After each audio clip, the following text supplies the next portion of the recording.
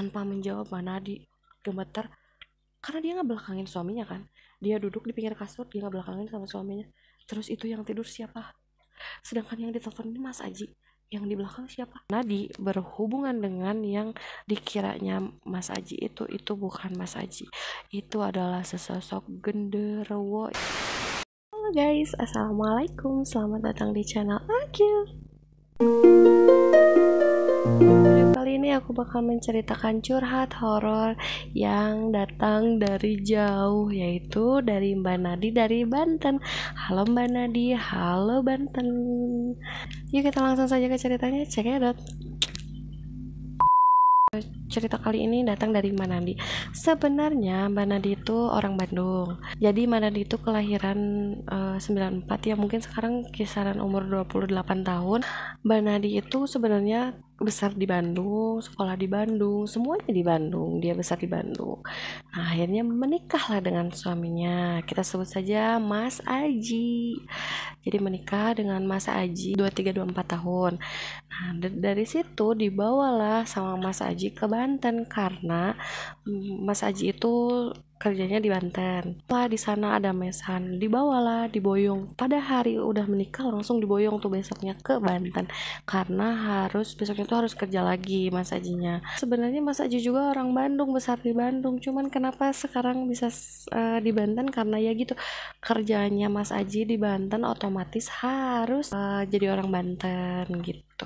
Sampai sekarang kok Mas Aji kerja di Banten. Singkat cerita, pernikahan Mas Aji dan Mbak Nadi itu udah mencapai 2 tahun. Tapi belum juga dikaruniai anak. Akhirnya Mbak Nadi bisa ngerasa bosan aja gitu diem di rumah sebagai ibu rumah tangga karena ada yang bawa istrinya, ada yang gak bawa istrinya. Ya kali kalau ada yang bawa istrinya, Mbak Nadi mungkin bisa main sama istri suami-suami yang lain. Ini ada yang bawa ada yang enggak gitu, jadi ya ada yang bawa pun enggak semua bawa gitu, cuman beberapa aja, mungkin bisa dihitung ada 3 atau 2 orang lah yang tinggal di situ yang Mbak Nadi kenal. Udah 2 tahun nih tapi belum dikaruniai keturunan, sepi dong, bosen juga, bete juga. Akhirnya Mbak Nadi itu izin sama Mas Aji buat boleh nggak sih aku kerja, yang boleh nggak sih kayak aku kerja gitu, lagi program hamil, boleh banget kerja sih buat ngisi aktivitas kamu mungkin bosan atau bete gitu kan, diperbolehkan sama Mas Aji dengan syarat ya nggak boleh capek-capek karena lagi program hamil.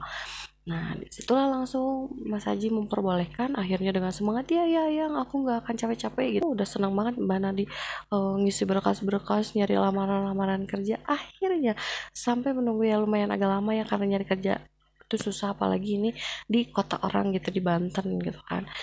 Dapatlah akhirnya, otomatis mesan yang biasanya dipakai itu kosong guys, kosong. Paling weekend lah, Mas Aji sama Mbak Nadi itu adanya weekend lah.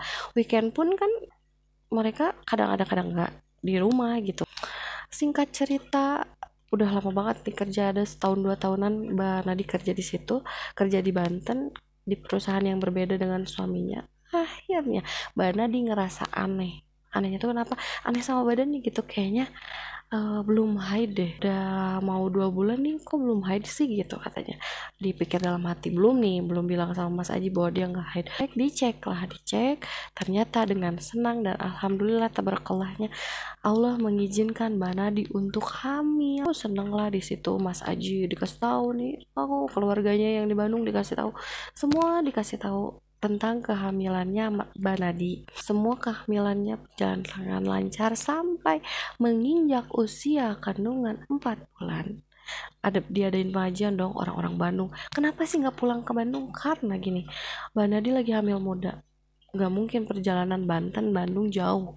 Jadi dari Bandung pada datang tuh ke Banten untuk mengadakan syukuran 4 bulanan Mbak Nadi. Mesan dari pekerjaannya tuh lumayan agak gede. Ada satu kamar, ada satu ruang tengah, kamar mandi di dalam. Jadi kamar sama ruang tengah tuh beda gitu, ada. Jadi pintu masuk ke ruang tengah langsung ada kamar sama kamar mandi. Ada dapur juga gitu, kamar mandi dekat dapur. Jadi ya lumayan agak gede lah untuk ukuran mes ya menurut aku. Semuanya kan sibuk tuh nyiapin. Waktu pengajian dicari Mas Aji, kemana Mas Aji, Mas Aji nggak ada, nggak kelihatan. Tapi pas tadi lagi nyiapin acaranya ada Mas Aji, tapi pas waktu lagi pengajiannya Mas Aji nggak ada. Ya dikira Mbak Nadi itu mungkin di luar kali, mungkin di luar sama bapak-bapak yang lain, kiranya positif aja gitu kan. Ya mungkin di luar kali ya. Ya udah ngaji aja sendiri. Pas udah ngaji, acara selesai Mbak Nadi baru ngeh nih, Mas Aji kok gak ada, gak kelihatan batang-batang hidungnya, kemana gitu. Nanyain lah sama semua keluarga, Mas Aji di mana ya, kok aku nggak lihat Mas Aji. Terakhir terakhir Mbak Nadi lihat Mas Aji tuh pas lagi nyiapin buat acaranya, tapi kok ini nggak ada gitu. Kemana lagi Mas Aji sampai larut malam gini kok nggak ada. BTW syukurannya itu pukul 8 malam, 8 malam sampai jam 10 malam Mas Aji nggak kelihatan batang hidungnya gitu. Dicarilah sama semua keluarganya, dicari Mas Aji kemana, Mas Aji kemana. Jadi ya mes antar mes tuh ada lahan sedikit kayak gini, ini mes A misalkan, ini mes B, ini mesan B, jadi kayak gini. Jadi ada lahan segini, sebadan manusia lah, sebadan doang gitu masuknya antara sekat antara mes A ke mes B itu. Nah udah gitu dicari lah sama keluarganya. Dan kalian tahu Mas Aji ada di mana? Iya, ada di gang kecil itu di pinggir mesnya Mbak Nadi. Mas A lagi diem aja. Yang menemukan Mas Aji itu adalah adiknya Mbak Nadi, kita sebut saja Rio. Kata Rio, Mbak ini Mas Ajinya ada di sini gitu. Akhirnya semua keluarganya nyamperin, ganggu lah sama Mbak Nadi Mas Ajinya.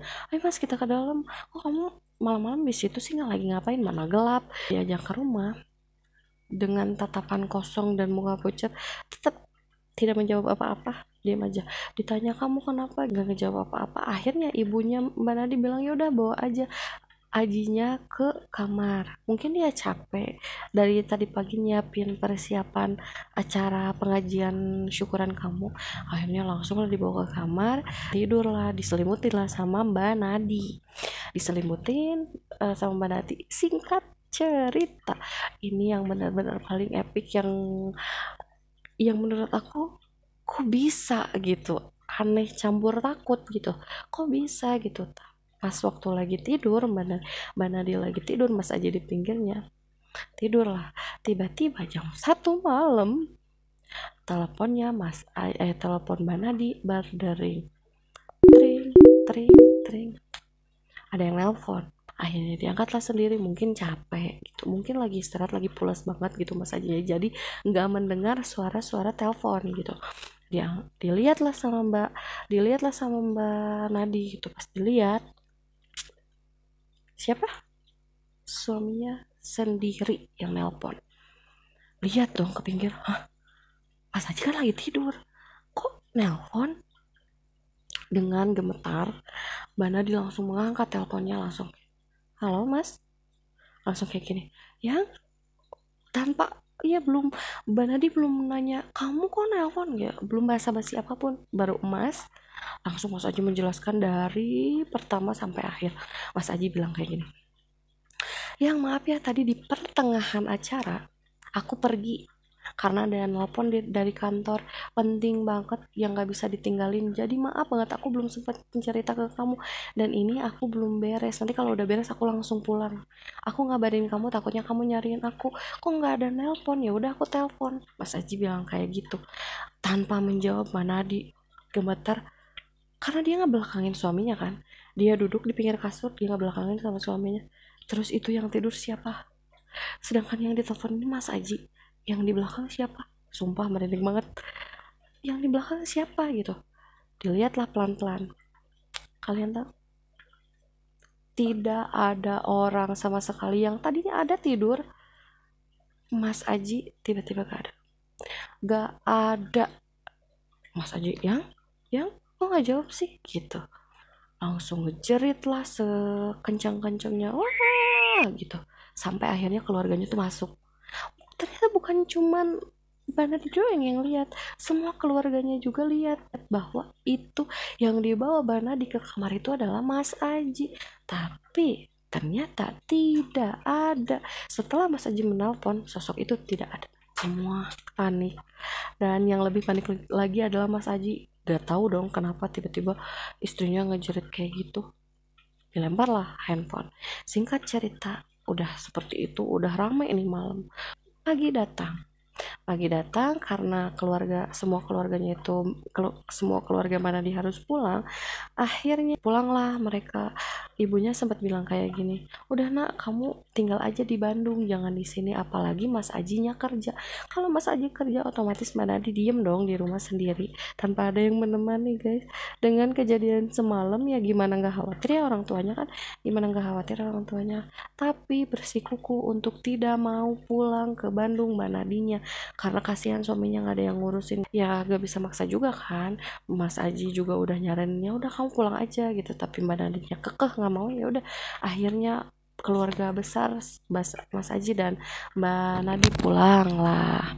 Karena keesokan hari itu yang pas keluarganya itu pulang, otomatis Aji juga harus berangkat kerja lagi, walaupun pas malam itu kan Mas Aji kerja, paginya tetap harus kerja gitu. Dan akhirnya dengan berat hati Mas Aji meninggalkan Mbak Nadi di rumah sendirian. Gak ada rasa takut tuh Mbak Nadi, cuman kayak mungkin halusinasi aja ya. Ya semua tempat, semua rumah, apalagi mesan itu ya pasti ada penunggunya lah. Cuman ya udah gitu, masing-masing aja. Mbak Nadi orangnya seperti itu. Singkat cerita, siang harinya jam 1:30 siang, Mbak Nadi tertidur di kamarnya, otomatis kamarnya kan ada pintunya kan. Tiba-tiba Mas Aji pulang kerja, langsung dipeluk lah istrinya, dipeluk, dicium apa segala macam. Kaget dong, kaget. Mana dia, Mas kok kamu udah pulang lagi sih? Gak ngejawab apa-apa, cuman senyum aja, gitu. Cuman gitu doang gitu, nggak ngejawab apa-apa, cuman kayak senyum doang, dijawab dengan senyuman manisnya Mas Aji. Gitu. Udah gitu, ya mungkin pikirnya Mbak Nadi gitu, karena kemarin udah lembur malam, jadi pulangnya siang sekarang, nggak sesuai waktu. Ini Mas Aji pulang jam 5, ini jam 1:30 kalau kau udah pulang gitu. Udah gitu, dipeluk, dicium lah ya Mbak Nadi. Dan mohon maaf kalau agak melenceng ya guys ya.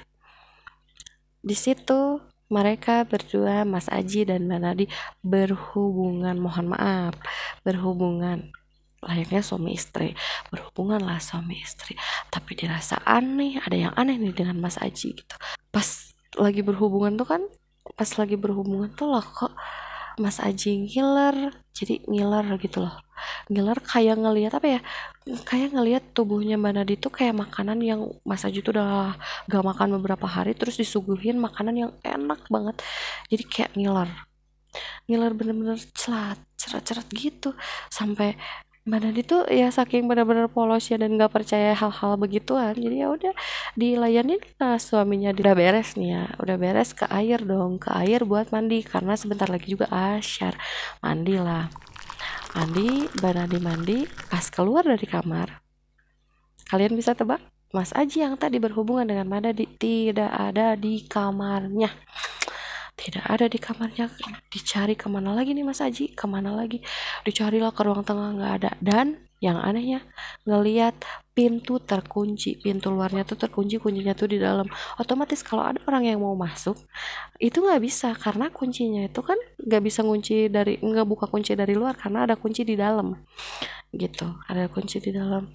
Kalau Mas Aji pulang, ini nggak mungkin bisa masuk karena kuncinya ada di dalam dan masih ngegantung di pintunya gitu. Telepon nyala Mas Aji, yang kamu kemana gitu. Langsung Mas Aji jawab gini, aku kan kerja. Emang kenapa, yang ada apa gitu, kata Mas Aji gitu. Pulang cepet sekarang, pulang gitu. Dengan gemetar dong, takut dong Mas Aji cepet-cepet pulang karena takut Mbak Nadi kenapa-kenapa. Ternyata Mbak Nadi itu sudah ada di luar menunggu Mas Aji pulang. Udah diem aja di luar gitu. Langsung lah dipeluknya Mas Aji lagi sambil, tadi aku berhubungan sama siapa, tapi ada orang yang masuk mirip kamu, katanya gitu. Ada orang yang masuk mirip kamu terus ngajak berhubungan, ya udah aku berhubungan. Oh, siapa nggak tahu, pintu terkunci, pintu benar-benar terkunci rapat. Ya kalau misalkan itu orang nggak akan bisa masuk, walaupun iya itu pintunya atau kuncinya kebuka, ya pasti rusak pintunya kan. Ini enggak sama sekali. Mas aja heran, oh Mbak Nadi nangis aja. Udah aku nggak akan ke kantor lagi, udah kamu tenang ya, dikasih minum lah kan. Tapi kamu nggak apa-apa. Di situ langsung lah hari itu juga pas Mas Aji pulang, Mbak Nadi langsung lah cepet-cepet ke rumah sakit karena takut janinnya kenapa-kenapa, karena berhubungan dengan orang yang nggak dikenal, entah itu orang atau bukan. Mbak Nadi sama Mas Aji juga nggak tahu. Akhirnya lah langsung diperiksakan lah Mbak Nadi eh, ke rumah sakit gitu. Ternyata alhamdulillahnya tidak apa-apa, tidak menyebabkan kenapa-kenapa, bayinya normal, sehat walafiat. Singkat cerita, pulanglah ke rumah. Pada malam harinya Mbak Nadi tidur duluan. Mas Aji tuh lagi masih kayak main-main HP, lampunya dimatikan. Tidur lah. Pas buka mata Mbak Nadi tuh kenapa bisa buka mata, karena ada yang aneh, kayak ada yang mengusap-ngusap perutnya halus banget, kayak penuh rasa kasih sayang aja gitu, mengusap perutnya. Dikirain Mas Aji dong. Pas dilihat, ada sesosok laki-laki tinggi besar, kujur, tubuhnya itu dipenuhi bulu dan dia itu berwarna hitam, cuman kelihatan aja matanya merah, nggak ada hidung, nggak ada mata, udah cuman bulu tebal lebat gedenya itu pendek tapi gede, gendut gitu, gemoy, hantu gemoy. Ya, maksudnya gendut aja gitu, gendut gede gitu tapi bulu semua. Langsung lah itu spontan kan, ngelus-ngelus perutnya kan, langsung ngejedot. Pas dia lihat sama suaminya, sama Mas Aji ya, darah sudah ada di mana-mana. Kasihan banget ya, darah udah ngalir banget, darah di kasur udah banyak banget, nangis tuh. Tadi ada diceritain lah, yang tadi ada yang ngelus-ngelus udah apa segala macam. Akhirnya udah, kamu harus hari ini pulang. Singkat cerita, sudah malam itu darah ngalir kemana-mana, langsung lah dibawa ke rumah sakit Mbak Nadinya karena takut kenapa-kenapa sama janinnya. Langsung lah di situ di USG lagi. Tadi kan sore di USG kan, ingat USG sore kan tadi, malamnya di USG lagi pas sudah pendarahan banyak. Pas di USG dokternya bilang apa? Dokternya bilang bahwa tidak ada janin, tidak ada indikasi keguguran, tidak ada janin tiba-tiba menghilang, tapi perut Mbak Nadi tetap besar. Cuman bedanya tadi karena berdarah doang, ada pendarahan, tapi perutnya Mbak Nadi tetap besar di USG, tapi nggak ada janin, nggak ada juga indikasi keguguran, nggak ada juga. Bingung dong mereka berdua, ini kenapa, janin saya kemana? Kalau iya masih masuk di akal keguguran, ya oke, nggak apa-apa, harus ikhlas karena itu takdir Allah. Tapi kalau ini nggak ada indikasi keguguran, nggak ada apa-apa, tiba-tiba hilang janinnya, dibawalah Bana dipulang karena nggak ada apa-apa. Dokter juga nggak bisa ngapa-ngapain karena dokter kan cuman kayak ngecek doang gitu. Hanya dibawa pulang lah ke penginapan, nggak ke rumah, nggak ke mes itu, ke penginapan. Langsung lah Mas Aji cerita, yang tadi kamu ngelihat apa? Karena sama Mbak Nadi, aku ngelihat sosok besar, bulunya banyak banget, cuman kelihatan matanya doang, matanya merah, yang dia ngelus-ngelus perut aku jadi nggak bangun. Ngelus-ngelusnya kasar, enggak, halus banget, kayak elusan yang bener-bener penuh rasa kasih sayang, kata Mbak Nadinya gitu. Shock dong. Maafin aku ya, katanya gitu. Kata Mas Haji bilang kayak gitu, maafin kenapa? Sebenarnya teman-teman aku udah ngingetin pas kemarin 4 bulanan ya, teman-temannya tuh udah bilang kayak gini, kamu bawa istri kamu ke mesan itu pas lagi hamil, awas, hati-hati, di situ ada penunggunya, hati nanti janinnya hilang gitu. Ya karena Mas Aji dan Mbak Nadi itu nggak percaya hal-hal begitu, jadi ya udah jalanin aja. Kalau iya pun kenapa-kenapa mungkin sudah takdir gitu. Tapi ini benar-benar kejadian pas waktu 4 bulan bak, kejadian, syukuran ada rentetan kejadian horor, ya udah kejadian kayak gitu. Sebelumnya nggak ada gangguan apa-apa, hamil barulah gangguan itu ada gitu katanya guys. Singkat cerita, keesokan harinya Mbak Nadi dianterin lah sama Mas Aji pulang ke Bandung. Pulang ke Bandung, berceritalah hal semua yang kejadian, bla bla bla bla bla. Akhirnya Mbak Nadi dibawalah ke orang pintar. Mbak Nadi dibawa ke orang pintar untuk ditanyain karena perutnya tuh masih gede. Singkat cerita, sampailah di orang pintar yang kepercayaan keluarganya Mbak Nadi. Sampai di orang pintar itu. Orang pintar itu kita sebut saja Mbah ya. Mbah itu bilang kayak gini. Kamu kok berani tinggal di situ? Padahal tempat itu tuh udah kayak nunjukin sesuatu ke kamu, tapi kamu tuh tetap gak ngeh gitu.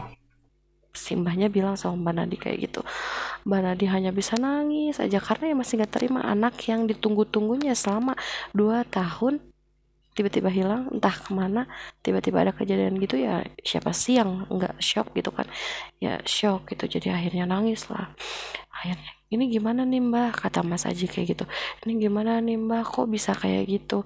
Ternyata pas waktu Mbak Nadi berhubungan dengan genderuwo, kenapa janinnya tiba-tiba hilang? Karena si genderuwo itu rasa bahwa itu yang ada di dalam janinnya itu anaknya. Akhirnya dibawalah sama genderuwo itu. Kenapa bisa ada genderuwo di situ? Jadi pada zaman dulu mesnya Mas Aji itu kan untuk pekuburan, tapi dibeli oleh perusahaan yang Mas Aji kerja untuk dijadikan mes gitu. Diratain lah kuburannya. Sesudah diratain kuburannya dan yang tepat di situ, tepat di rumahnya Mas Aji, disitulah kuburan dipercaya sebagai kuburan keramat. Jadi jangan macem-macem di situ, apalagi pembawa orang hamil, katanya kayak gitu. Itu aromanya tuh bisa terhirup oleh genderuwo itu dan akhirnya dibawa pergilah. Kalau misalkan Mbak Nadi kemarin tidak berhubungan dengan genderuwo itu, mungkin jadinya masih ada, cuman karena Mbak Nadinya berhubungan dengan genderuwo itu, akhirnya dipikir genderuwo itu adalah anaknya. Jadi dibawalah hilang sama genderuwo itu karena disangka anaknya. Dan sekarang alhamdulillahnya tabarakallah, Mbak Nadi sudah mempunyai anak, udah mempunyai anak sama Mas Aji. Mas Aji tetap kerja di Banten, Mbak Nadinya di Bandung, LDRan gitu katanya. So itu aja cerita dari Mbak Nadi dan Mas Aji. Terima kasih sudah berbagi ceritanya Mbak Nadi, Mas Aji.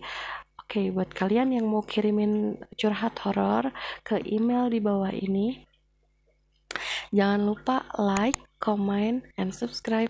Bye bye, see you next video.